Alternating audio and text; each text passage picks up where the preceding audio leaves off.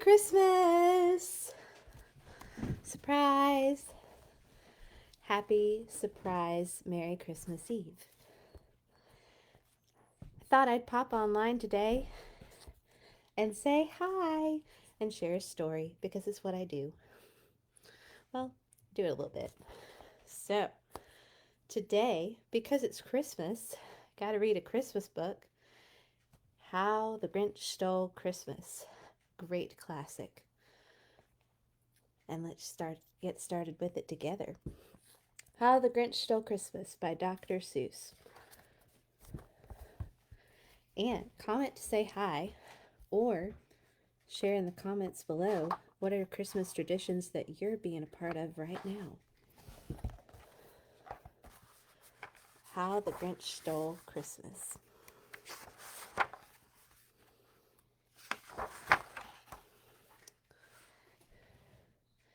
Every Who down in Whoville liked Christmas a lot. But the Grinch, who lived just north of Whoville, did not. The Grinch hated Christmas, the whole Christmas season.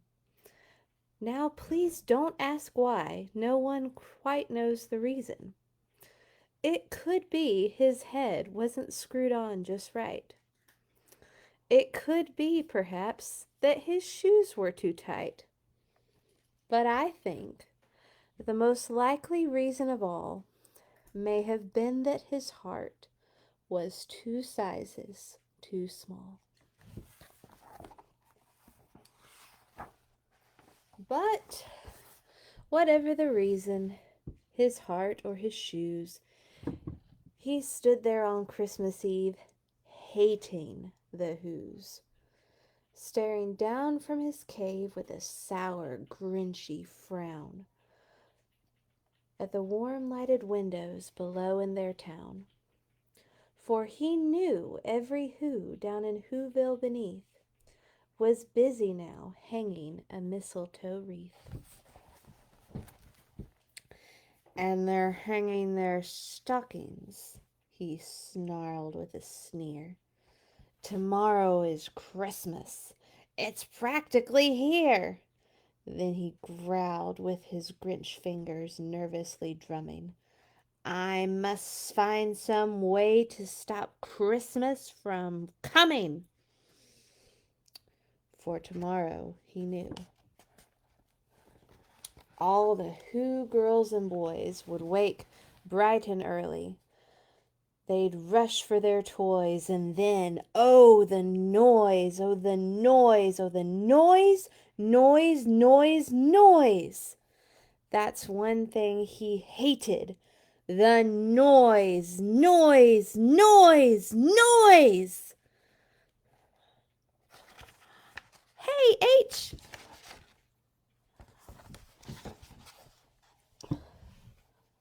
Look at all that fun. Then the Whos, young and old, would sit down to a feast. And they'd feast, and they'd feast, and they'd feast, feast, feast. They would feast on Who pudding and rare Who roast beast, which was something the Grinch couldn't stand in the least. Yeah, look at all that.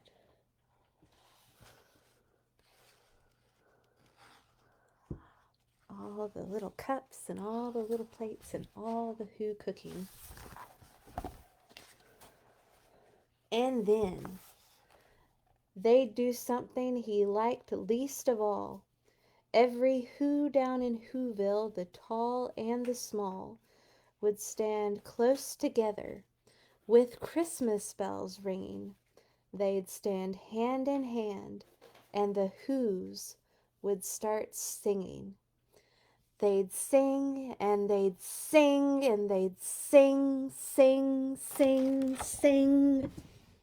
And the more the Grinch thought of this Who Christmas sing, the more the Grinch thought, I must stop this whole thing. Why, for 53 years I've put up with it now.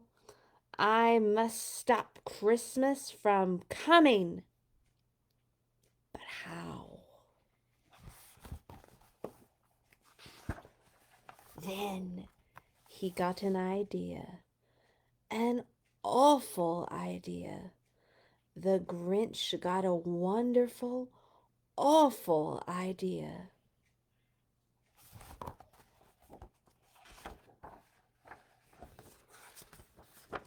Pages are thick here. I know just what to do. The Grinch laughed in his throat, and he made a quick Santa Claus hat and a coat. And he chuckled and clucked. What a great Grinchy trick! With this coat and this hat, I look just like Saint Nick. All I need is a reindeer.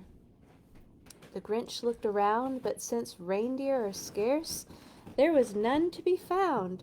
Did that stop the old Grinch? No, the Grinch simply said.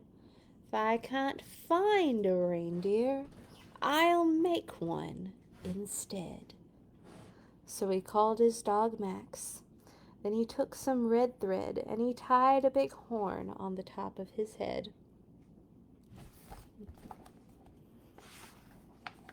Then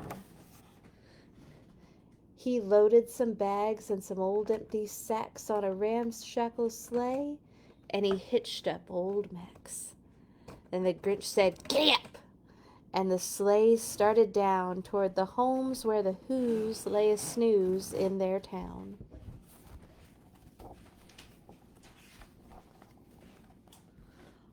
All the windows were dark. Quiet snow filled the air. All the Who's were dreaming sweet dreams without care. When he came to the first little house on the square, "This is stop number 1, the old Grinchy Claus hissed, and he climbed to the roof, empty bags in his fist. Now, I don't know about y'all, but this house looks like a loaf of bread with icing on top.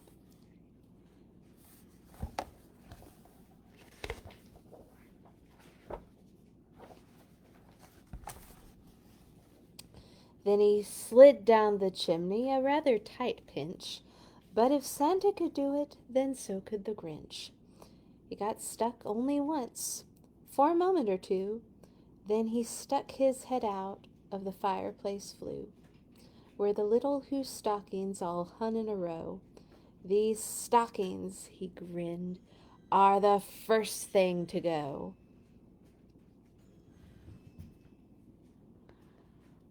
Oh, look at all those pretty little decorations and gifts.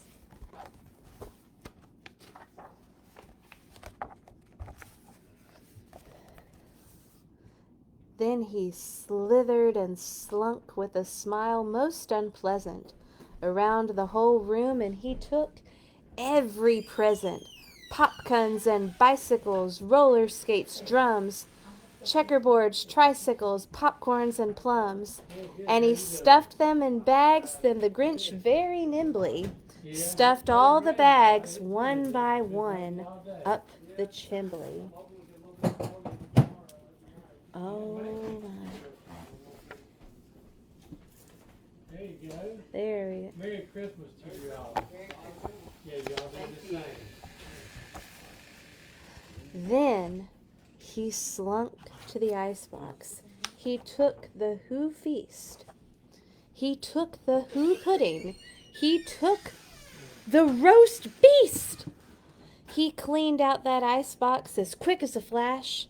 Why, that Grinch even took the last can of Who hash. How dare he? What's that fish doing in there? I never noticed that before. You know? Could be a gingerbread house they're in. Then he stuffed all the food up the chimney with glee.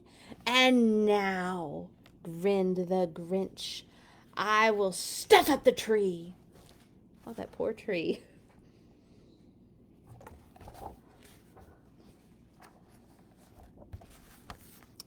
And the Grinch grabbed the tree and he started to shove when he heard a small sound like the coo of a dove.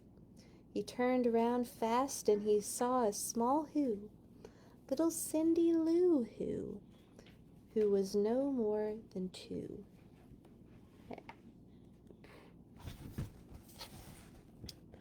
The Grinch had been caught by this tiny Who daughter, who'd got out of bed for a cup of cold water. She stared at the Grinch and said, "Santa Claus, why? Why are you taking our Christmas tree? Why?"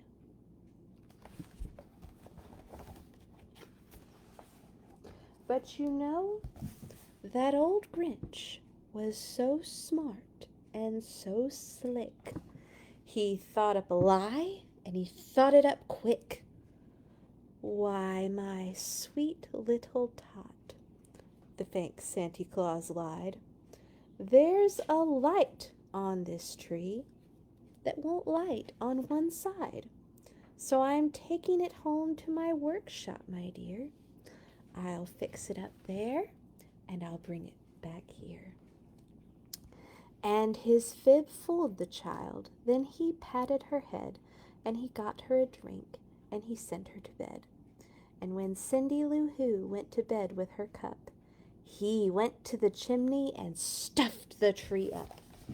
What? He just sending her right off, and she's like, "Bye, Santa." And he's like, "That.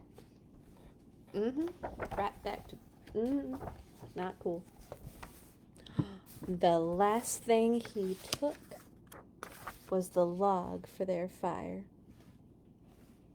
Then he went up the chimney himself, the old liar. On their walls he left nothing but hooks and some wire. And the one speck of food that he left in the house was a crumb that was even too small for a mouse. I like that mouse. He's like, "Excuse me." Then he did the same thing to the other Who houses, leaving crumbs much too small for the other Who's mouses.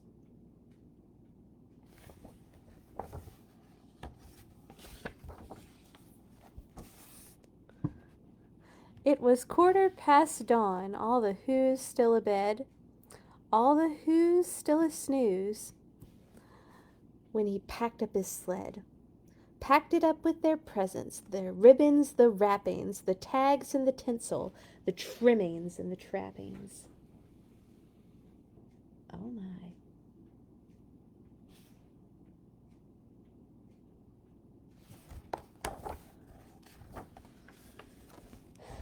3,000 feet up the side of Mount Crumpet, he rode with his load to the tip-top to dump it.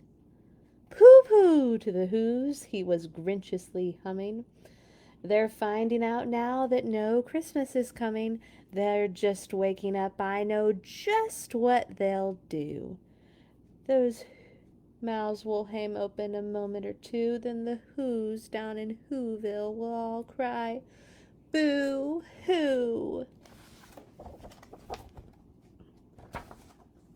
"That's the noise," grinned the Grinch, "that I simply must hear." So he paused, and the Grinch put a hand to his ear. And he did hear a sound rising over the snow.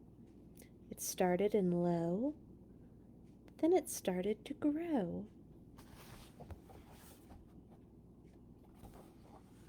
But the sound wasn't sad. Why, this sound sounded merry. It couldn't be so, but it was merry. Very.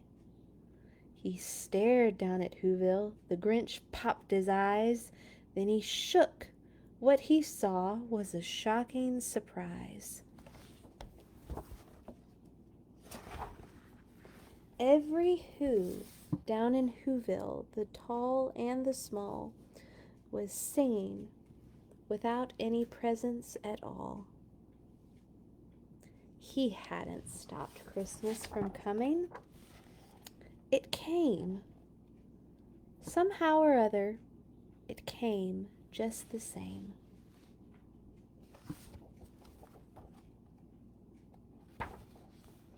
And the Grinch, with his Grinch feet, ice cold in the snow, stood puzzling and puzzling.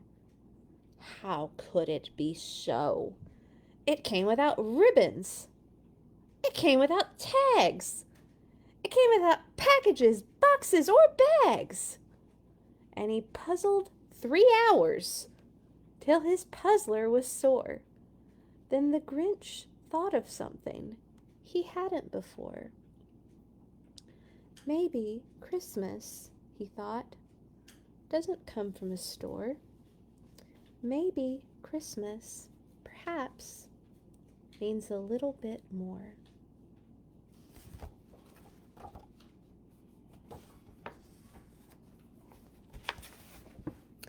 And what happened then?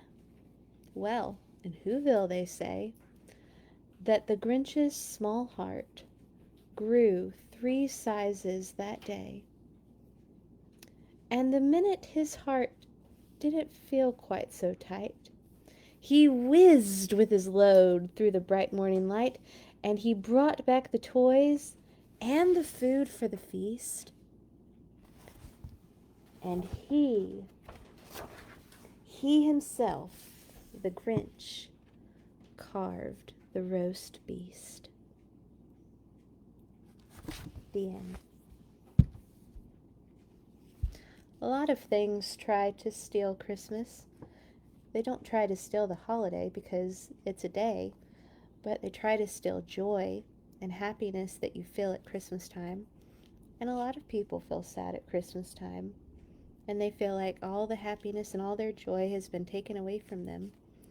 But joy can still be found in Christmas.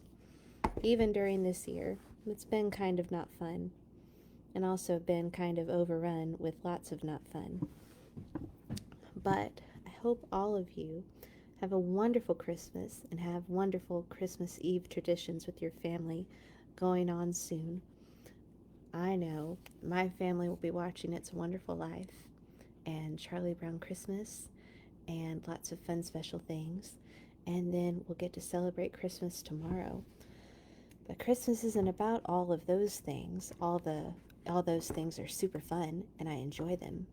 But I hope that you know that the meaning of Christmas true can be found in the book of Luke, chapter 2. I had to rhyme. I just had to do it. I got on a roll.